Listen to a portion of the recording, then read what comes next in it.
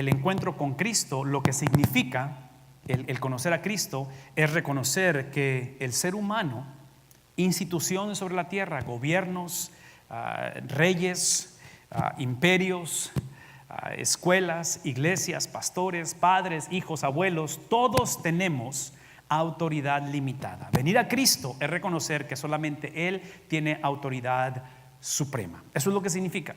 Entonces, en un día como este, que es el Día de los Padres, una de las cosas que tenemos que recordar como varones, y si el Señor nos concede la bendición de ser padres, es cómo le hacemos para vivir nuestra vida de tal manera que nuestra conducta le comunique al mundo, a la gente, que mi autoridad, que mi papel, que mis responsabilidades están limitadas, que la autoridad y la persona que gobierna todo es literalmente Dios. Cuando esos papeles no están claros, hay caos. Cuando esos papeles no están claros es donde empieza el problema y empiezan conflictos en todo ello. A través de este libro de los Hechos, que es donde estamos en el capítulo número 4, es que si tienen una Biblia, abran su Biblia, es capítulo 4 de Hechos.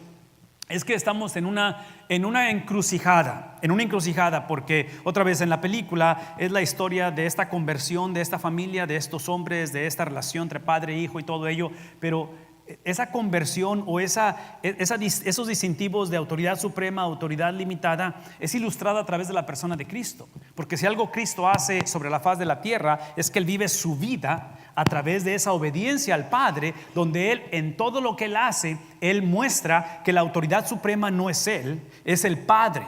Y Él en obediencia va a vivir sus 33 años sobre la tierra, de tal manera que la cruz o el sacrificio supremo, que es el entregar su vida, no es otra cosa más que el clímax de esa expresión donde Él está diciendo: ser hijo de Dios es reconocer que Él está por encima de todas las cosas. Ahora, es obvio que Cristo, en su manera de vivir, que es lo que estamos hablando esta mañana, no tiene mucho sentido lo que Cristo hace, porque el mundo en el que vivimos es exactamente lo opuesto.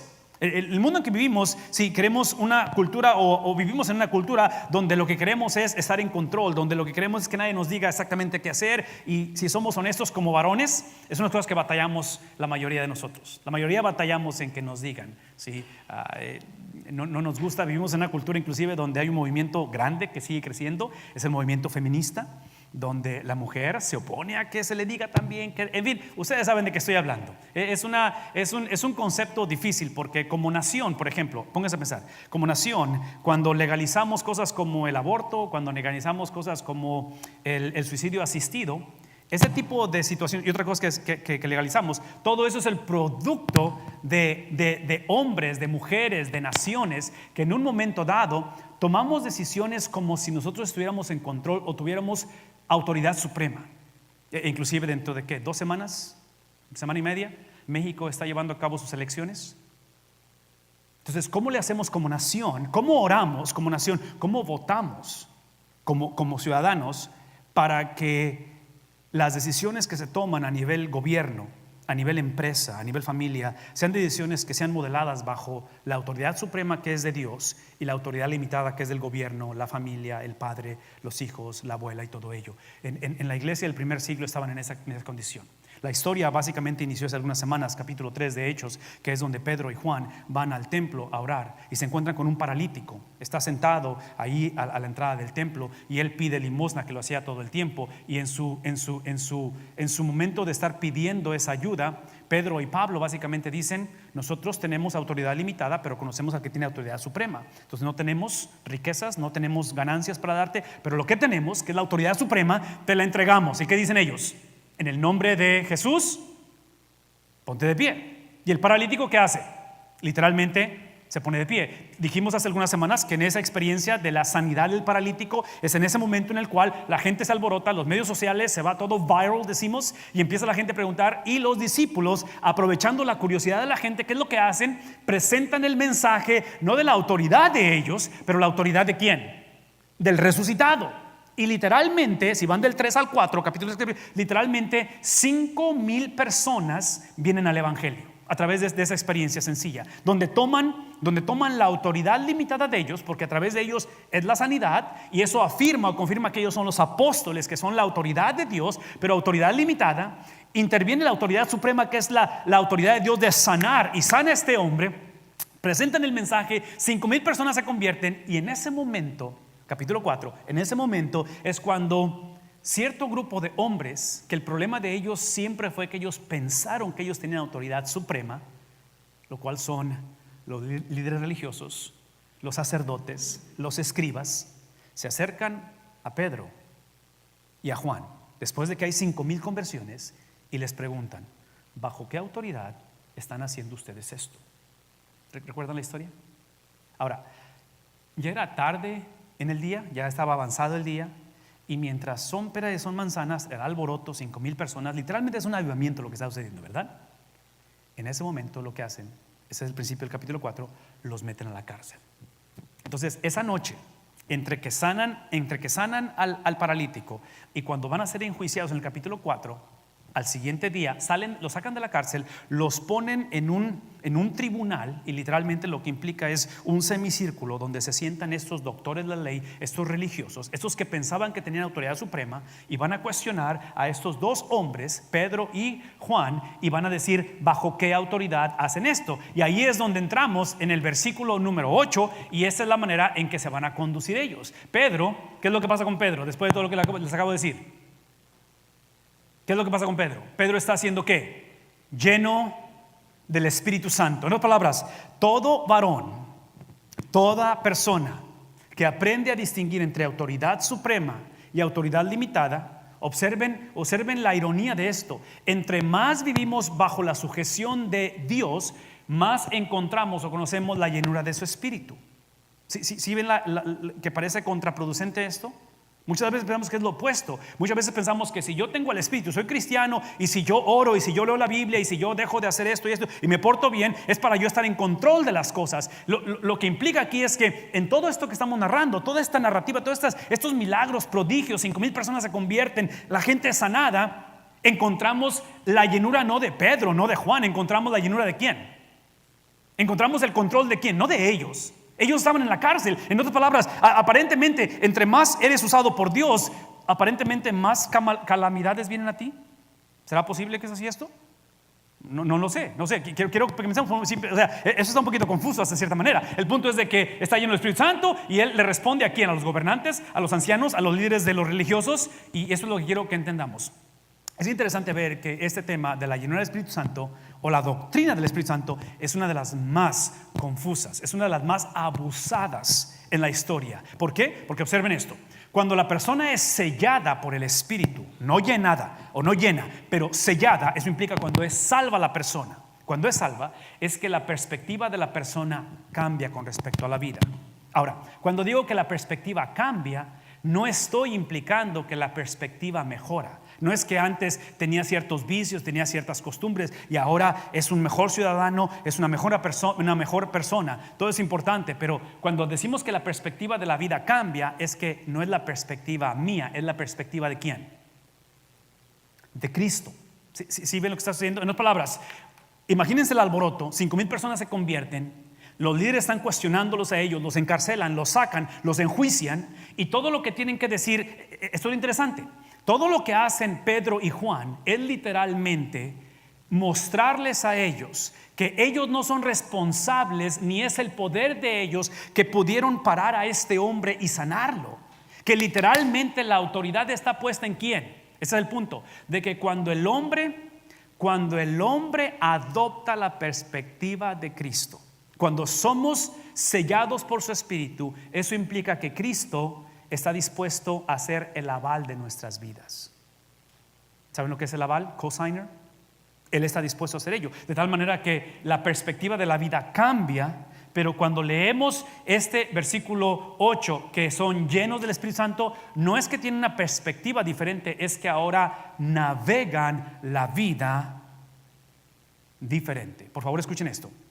Hemos cometido el error de pensar que si adoptamos la perspectiva de Cristo en la vida tiene que ser como yo digo, o tiene que irme bien. Bueno, ese es el evangelio de la prosperidad. Eso no es lo que enseña la Biblia. ¿Me explico? Cristo dijo que en el mundo tendréis ¿qué cosa? Entonces, la promesa no fue que la vida iba a ser mejor o iba a cambiar o ibas a evitar la cárcel en el caso de ellos, o que todos iban a sanar, o que no ibas a tener a los críticos o a la gente farisea. ¿Sí me explico? Todo lo que implica la Biblia es que Él va a cambiar o regenerar tu perspectiva, y Él te va a ayudar a ¿qué cosa? Él te va a ayudar a que seas lleno de su espíritu, que cuando sea necesario que navegues la vida, la naveguemos como Cristo la navegó. Ese es realmente lo que tiene que suceder. De tal manera que el versículo 9 dice: hoy, aquí está el punto, aquí está la perspectiva de Cristo, y aquí está la navegación de Cristo ejemplificada. Esa es la manera en que se hace. Cuando ellos encuentran toda esta encarcelamiento, sufrimiento y oposición, dice Pedro predicando: hoy se nos procesa o se nos enjuicia. Escuchen esto. ¿Por qué? Se nos enjuicia por haber favorecido o haber hecho algo bueno a un inválido, y se nos pregunta cómo es que fue sanado. En otras palabras, lo que está haciendo Pedro y Juan es que ellos tienen que aprender a lidiar con la crítica, tienen que aprender a lidiar con la vida, que muchas veces no es favorable. Y cuando digo crítica, obviamente estoy hablando de que en este caso la crítica viene de, en otras palabras, esto es lo que me encantaría que el pasaje dijera. Me encantaría que el pasaje dijera, y me voy a regresar al principio. Me encantaría que el pasaje dijera que, lleno del Espíritu Santo, les respondió ¿a quién? A los romanos, a los gentiles, a los paganos. No, está hablando de aquellos que debieron de haber sabido cómo funcionaba esto. ¿Se me explico? Debió de haber sido de aquellos que este grupo, gobernantes, líderes, deberían estar celebrando que el Pentecostés, la promesa que estos hombres habían leído por mucho tiempo, desde el libro de Joel, ¿sí me explico? Desde el libro de Jeremías, Ezequiel habla de esta nueva era del Espíritu, está presente. Pero más sin embargo, estos hombres, porque querían vivir su vida y navegar la vida con autoridad suprema, no con autoridad limitada, ¿sí? Es entonces que ellos Pedro y Juan tienen que aprender a que tienen que lidiar con la crítica en lugar de con una perspectiva que edifica. En otras palabras, lo que está diciendo Pedro es que ustedes debieron de haber celebrado lo que sucedió, pero se nos está procesando. Entonces, una de las cosas que yo creo que sucede con la llenura del Espíritu Santo es que el ser humano no es solamente libre de la crítica de otros, pero el ser humano tiene la habilidad de celebrar o edificar en medio del caos. Y esto es difícil de hacer porque típicamente nuestra actitud de celebración o de ver al Espíritu de Dios lo vemos o lo tenemos cuando no hay oposición. Pero cuando hay oposición, típicamente es cuando flaqueamos o no sabemos qué hacer al respecto. Es por eso que Pedro ahora sí va a confrontarlos. Y es que Pedro es el tipo de persona que no va a desaprovechar ninguna oportunidad. La llenura del Espíritu Santo es la llenura de que tiene la persona que aprender a saber lo que cree, y tiene que saber por qué lo cree. Una vez más, la llenura del Espíritu Santo es el tipo de persona que sabe lo que cree y da una explicación de por qué lo cree. Por eso me han escuchado decir esto a mí anteriormente, y lo voy a decir una vez más. Yo en lo personal admiro el ateísmo. Las personas que se consideran ateas, yo las admiro mucho, porque yo literalmente creo que requiere más fe no creer en Dios que creer en Dios. Y es interesante porque aquí es donde yo les retaría a ustedes como padres, como jóvenes, a que pusiéramos atención. Cuando una persona opone nuestras creencias, tratemos o luchemos de no simplemente descartarlos. Yo diría, aprendamos de ellos, porque observen lo que va a hacer Pedro. Pedro les dice: sepan ahora. En otras palabras, muévanse de conocimiento intelectual a un conocimiento que, hasta cierta manera, es el conocimiento, o es cuando la Biblia describe que Adán conoció a Eva y concibió. Entonces no es un conocimiento nada más de que Adán estudió a Eva. No, literalmente hubo ese proceso de intimidad que produce a un hijo. Entonces, cuando dice Pedro, sepan ¿qué? Esto es lo que quiero que estén conscientes, porque la evidencia está de que este hombre está ahora sano, estaba inválido, ahora camina, ¿sí? No se encarcelaron, nos están enjuiciando, 5,000 personas se entregaron o han sido transformadas, y esto es lo que quiero que vean. Pedro está diciendo: ustedes no pudieron mantener a Cristo en la tumba. Yo sé que no creen en su resurrección, pero Cristo ha resucitado. Y segunda cosa, y esa es la manifestación de su resurrección, es que este hombre es la evidencia de que toda experiencia de sanidad, y en este caso sanidad física, no puede ser el objeto o la razón de la celebración. La sanidad nos lleva al objeto. El objeto es la resurrección de Jesús. En otras palabras, no se maravillen porque el hombre sanó. Cristo lo hizo por mucho tiempo.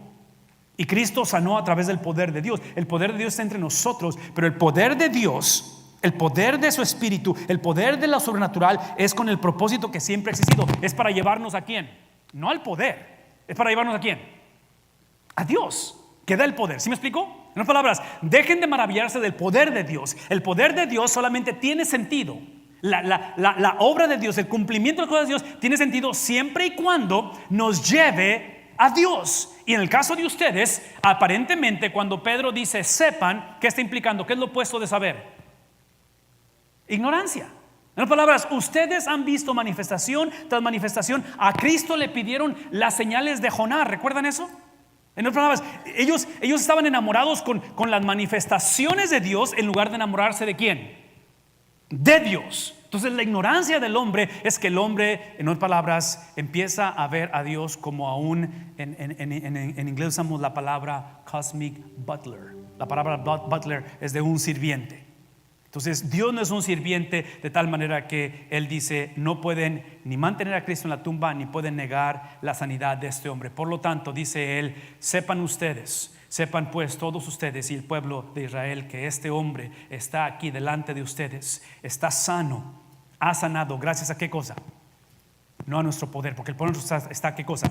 Nuestro poder está limitado.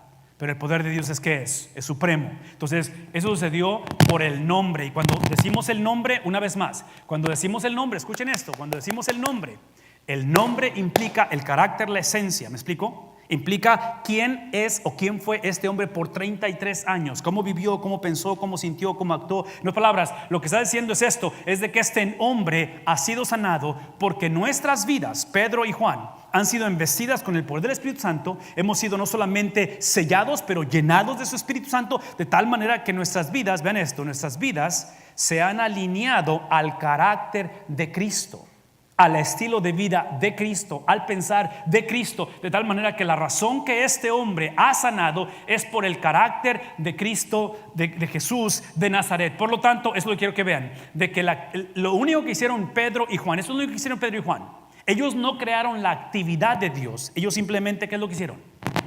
Se unieron a la actividad de Dios. Véame tantito.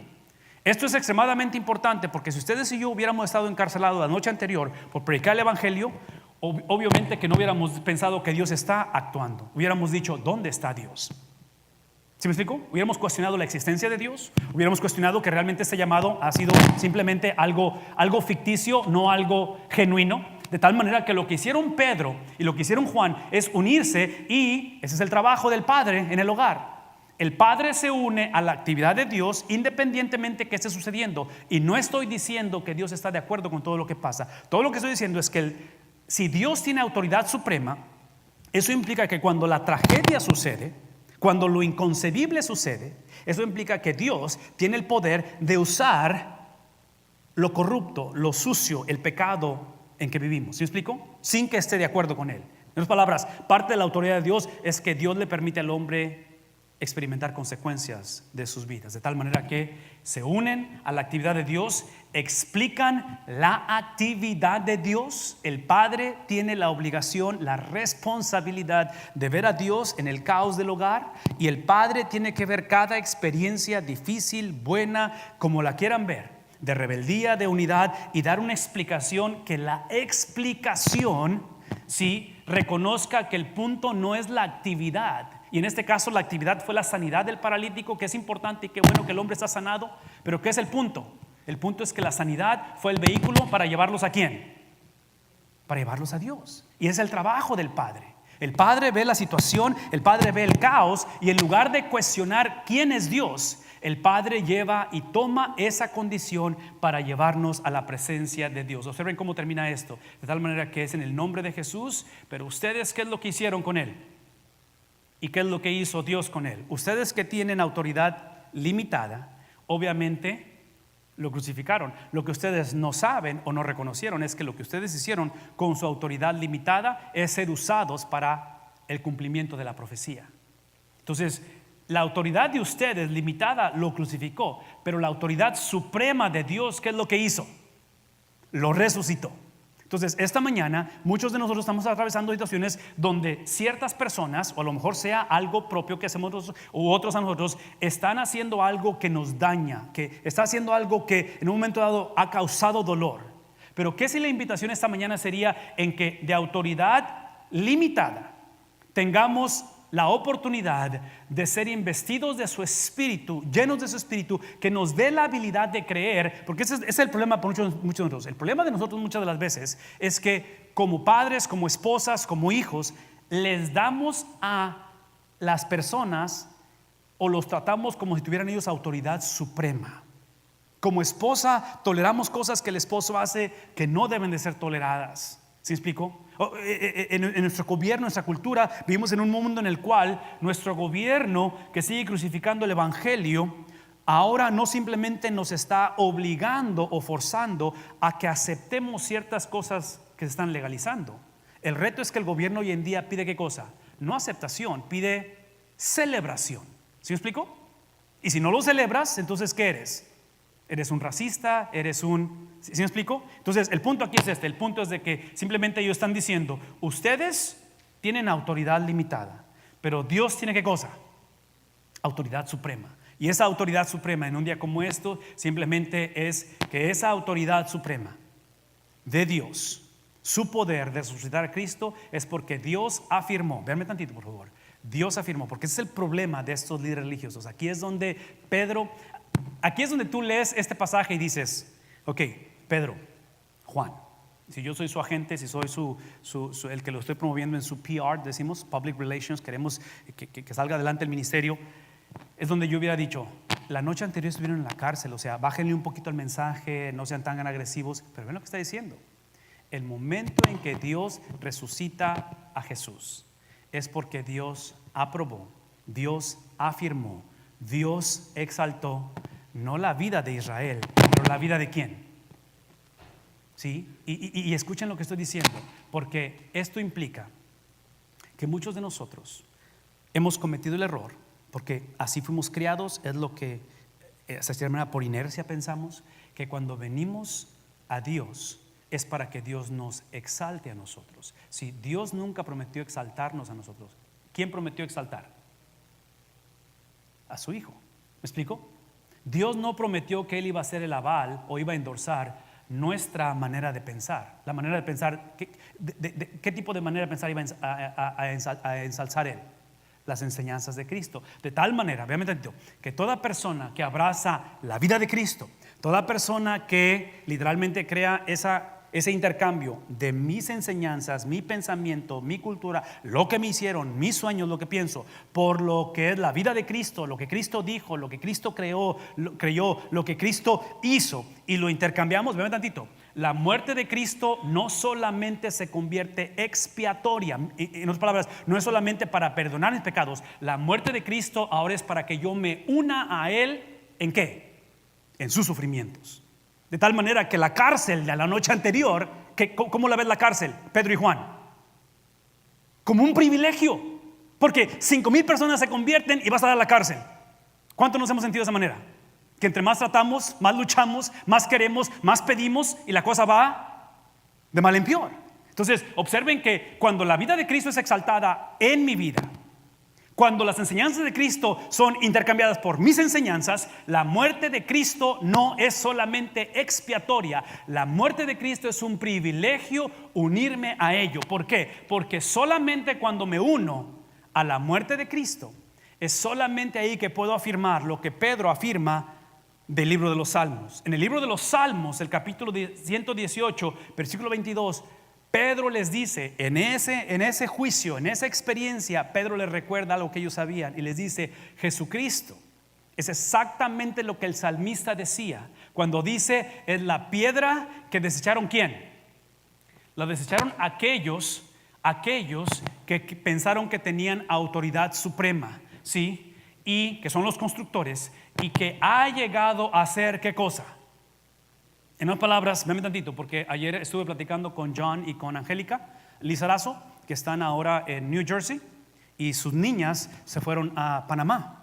Entonces ellos están allá nada más con Emanuel, con el niño, pero las hijas están en Panamá ahorita. Van a regresar más tarde para estar con ellos. Pero una cosa que me dijo John, que yo no sabía, es que hace algunos días hubo un temblor en Panamá. ¿Saben ustedes eso? ¿Que hubo temblor en Panamá? No sabían. Aparentemente hubo un temblor en Panamá. ¿Qué es el punto? ¿Qué es el punto? De que si mis hijas están en una ciudad o están en Panamá y tiembla el lugar, ¿sí? Una cosa que es extremadamente importante no es solamente el edificio, pero pienso yo que es de más importancia. ¿Qué cosa? En cuestión de un temblor, los cimientos, el fundamento.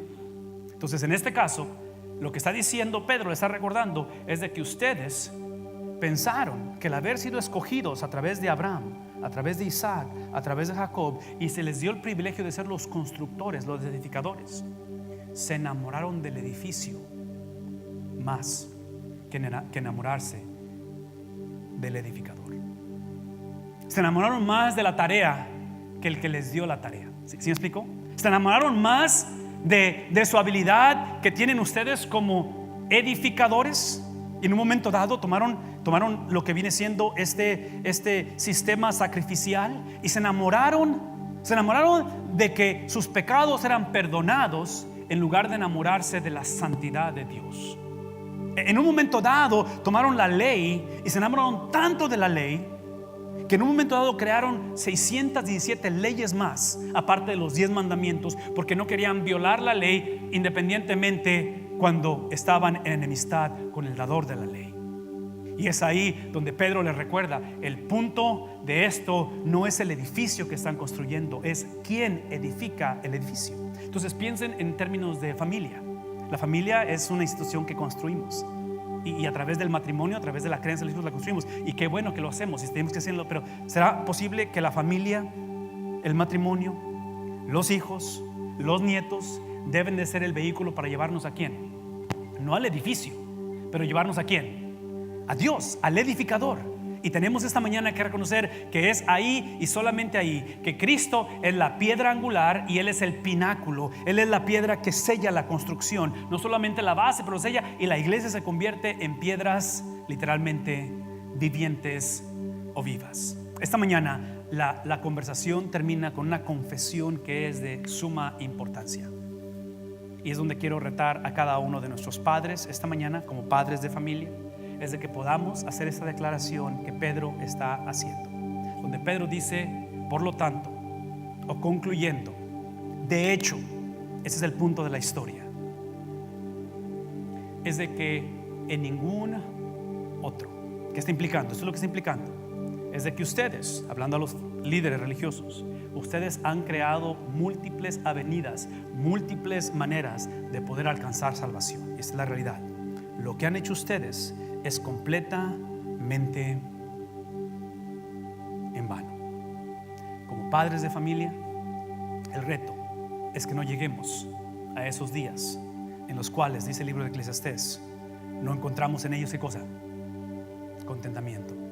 Es de que entendamos que esta mañana la única manera de ser salvo es literalmente a través, no de Abraham, no de Isaac, no de Jacob.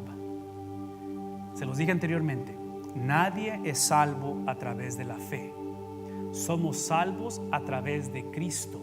La fe es lo que nos lleva a Cristo. Entonces la fe es necesaria, pero no pensemos que porque nacimos en un lugar cristiano, porque yo no tengo tatuajes, porque yo no, ¿sí me explico?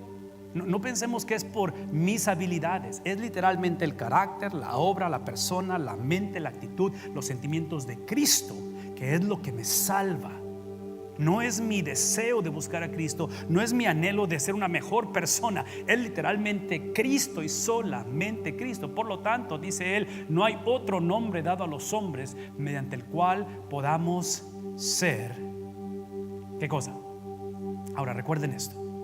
Para la cultura judía, que es donde estamos ahorita, para la cultura judía, la salvación no solamente implica vida después de la vida. Nosotros somos la generación que hemos sobreenfatizado el cielo a expensas de mediocridad y de carnalidad en la tierra. En la cultura judía, salvación implica vida eterna pero vida en abundancia en la tierra. Cuando Pedro dice que no hay otro nombre bajo el cielo dado a los hombres mediante el cual podamos ser salvos, en ese momento Pedro, eso es lo que imagino que sucedió, Pedro le habla al hermano este que estaba paralítico y le dice: ven, anteriormente si te hablaba tenían que cargarte porque no podías caminar, no había silla de ruedas, pero en esta ocasión, ¿cómo viene él al centro de lo que es ahí el evento? Literalmente viene caminando. ¿Por qué? Porque le está recordando que la salvación de Dios es lo que ha hecho a este hombre no solamente ser regenerado, pero ser completamente sano de su enfermedad. La salvación del hombre es en su totalidad. Obviamente para nosotros, aunque muchos no vamos a sanar físicamente aquí, tenemos la promesa que un día recibiremos un cuerpo completamente glorificado y no habrá más enfermedad, no más limitaciones. Contemplaremos en su plenitud la salvación de nuestro Dios. Oren conmigo, por favor.